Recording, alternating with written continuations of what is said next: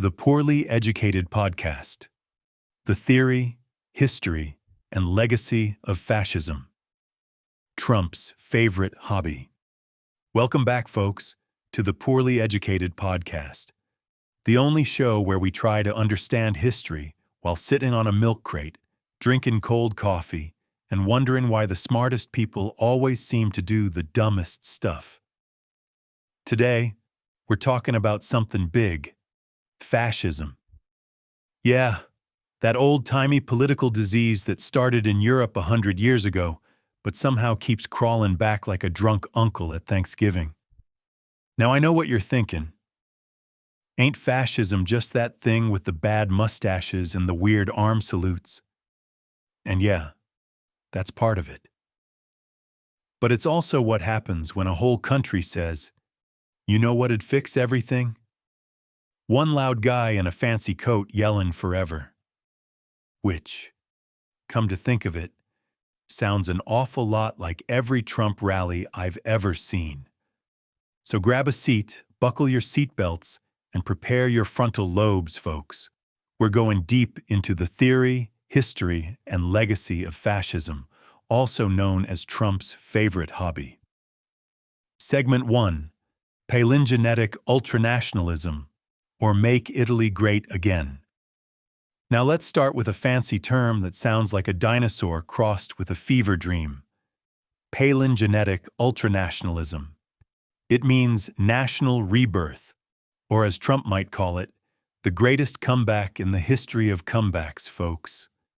Fascism started in Italy when Mussolini told people the nation had gotten soft. He said Italy used to be a Roman Empire, and now it was more like a Roman Empire knockoff sold at a flea market. So he promised a national rebirth. He said, "We're going to rise from the ashes," which, historically speaking, is what every villain says before setting the ashes on fire again. And that's the trick. Fascism's not about conserving the past. It's about torching it and calling the ashes patriotism. Mussolini told people that if they just believed hard enough, they could build a new civilization. The man sold hope the same way Trump sells NFTs, with dramatic lighting, terrible fonts, and a crowd of people yelling, "Finally, someone said it."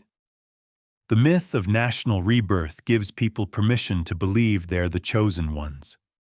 Not 'cause they earned it, but because they're told they used to be great. It's like those folks who still think Blockbuster's coming back. Fascism said, "The nation's your church, the leader's your preacher, and the truth is whatever makes you feel special." Sound familiar? It should. 'Cause America's got its own orange messiah who thinks he's the high priest of grievance. Trump don't pray to God. He prays to himself in a gold mirror. Segment 2. The totalitarian state, or when big government goes full dictator. See, fascists believe the state ain't just in charge, it is everything. Mussolini once said, "Nothing outside the state, nothing against the state," which sounds poetic until you realize he meant, you can have opinions, but only if they're mine. That's what you get with fascism. Total control disguised as patriotism. Everything, business, art, education, even the dang Boy Scouts, becomes part of the state machine. Imagine if your driver's license, your church choir, and your grocery store all had to pledge allegiance to one guy with shiny boots. Now, Trump didn't invent this idea, but buddy, he sure rented it. He's been saying for years that he alone can fix it. He don't like checks and balances. He likes checks made out to him and balance sheets that mysteriously disappear. Fascists love the idea that the individual don't matter. Only the nation does. But the leader? Oh, he matters plenty. He's the walking embodiment of the country. You criticize him, you're un-American. Or as Trump might say, you're a traitor, you're fake news, and you're probably on CNN. When you build a system that worships a single man, you stop having citizens. You start having disciples. And if history's taught us anything, it's that disciples with flags and Facebook accounts can burn down a democracy faster than a spark in a fireworks store. Segment 3. The Cult of the Leader. Il Duce, der Führer, and the Donald. Now let's talk about the cult of personality. Fascism's got more merch than a Trump rally at a Bass Pro Shop. The leader ain't just a politician. He's the chosen one, the savior, the guy who can shoot someone on Fifth Avenue and still get applause. Sound familiar? Fascism thrives when people trade their critical thinking for a catchphrase. Mussolini had believe, obey, fight. Hitler had Ein Volk, ein Reich, ein Führer. And Trump? He's got Stop the Steal, which is less a slogan and more a group therapy cry for folks who think ballots are witchcraft. The key to fascism's success ain't logic, it's feeling. It's the dopamine hit of chanting, "Lock her up," or "Build the wall." It's a high that makes folks feel powerful even when their power's been taken away. And buddy, fascists are masters of pageantry.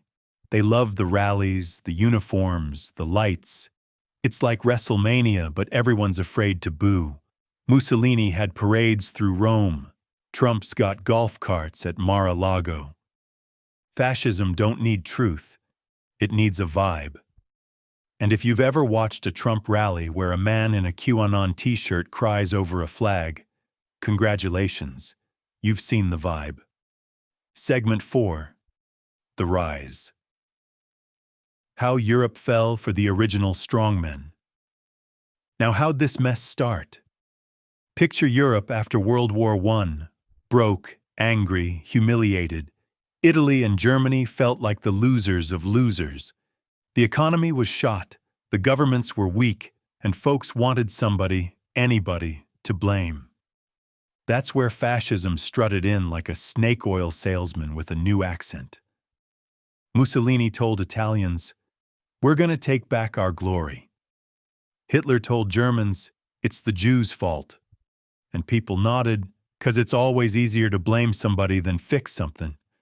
Fascism grew because democracy looked boring. It promised hard answers to hard times, but simple ones. Mussolini said, "We'll make trains run on time." Hitler said, "We'll restore honor." Trump said, "We'll win so much you'll get tired of winning." Notice a pattern? None of them actually fixed the root problems. They just yelled loud enough that folks stopped asking questions. And the real kicker? They used democracy to kill democracy. Hitler won elections. Mussolini was invited into power. It's like inviting the fox to guard your chicken coop, and he brings a recipe book. The warning here, folks, is that fascism ain't born in secret. It's born in daylight, cheered on by people who think, this time, the dictator's on our side. Segment 5. The Modern Legacy, Neo-Fascism Now with Wi-Fi. You'd think after all that carnage, the world would have said, okay, maybe we don't do fascism again. But nope, it just got a rebrand. Like Crystal Pepsi or Truth Social. After 1945, fascism learned a new trick: hide behind democracy. Neo-fascists swapped the uniforms for suits, the torches for talking points. They say national pride instead of racial purity. They say protect our borders instead of purify the race. Same playbook, different hashtags. Trump don't call himself a fascist. He calls himself a patriot. Which is funny, because most patriots don't try to overthrow their own government on live TV. His movement's got the same ingredients: victimhood, lies, and the promise that only he can fix it.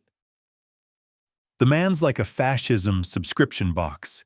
Every month you get new grievances, fresh enemies, and a bonus mug that says, "Witch Hunt Survivor." Neo-fascism today ain't about marching armies. It's about manipulating algorithms. Back then, Mussolini had newspapers. Now you just need Wi-Fi and a meme about lizard people. And before you know it, Grandma's sharpshooting conspiracy theories on Facebook like it's D-Day. Segment 6. The Warning. Fascism ain't dead. It's just getting likes. Here's the scary truth. Fascism don't die. It just adapts. It don't wear jackboots. It wears red ties. It don't seize radio stations. It floods your feed. It don't march through the Capitol. Well, actually, scratch that. It does that too. Fascism feeds on fear. It tells you your neighbor's your enemy, your press is your problem, and your leader is your savior. It's the political version of a cult pyramid scheme. Only instead of selling essential oils, it sells essential obedience. But here's the kicker, y'all. The antidote to fascism ain't complicated. It's curiosity. It's humility.